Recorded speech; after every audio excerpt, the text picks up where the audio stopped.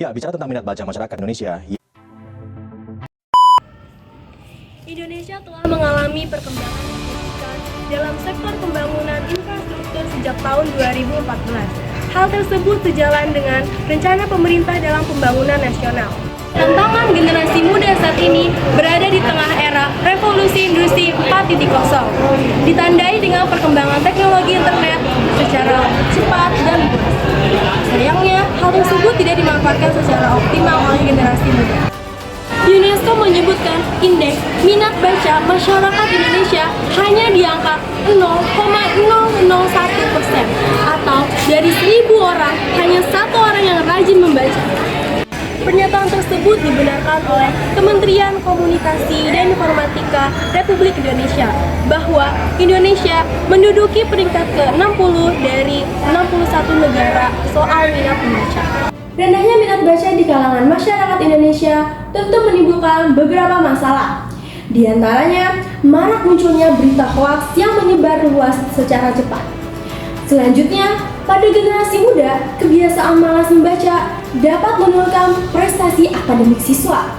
Pada akhirnya, generasi muda Indonesia kalah bersaing dengan negara lain.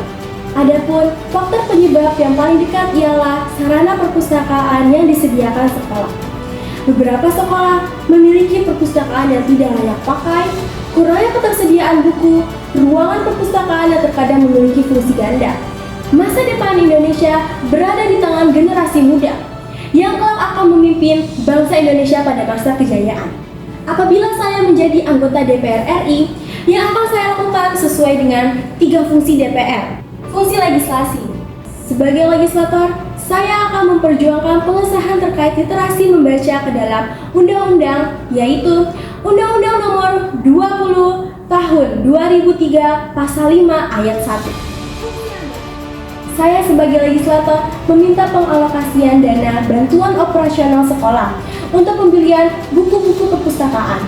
Tentunya, sebagai legislator, saya juga akan mengawasi penggunaan anggaran supaya tidak dikorupsi oleh pihak sekolah dengan bekerja sama bersama rencana kegiatan dan anggaran sekolah. Fungsi pengawasan.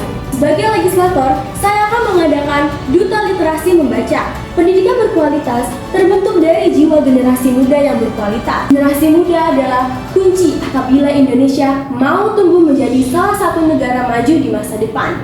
Saya, Mutia Syarhadisawa, siap menjadi anggota Parlemen Remaja 2024. Salam Parlemen.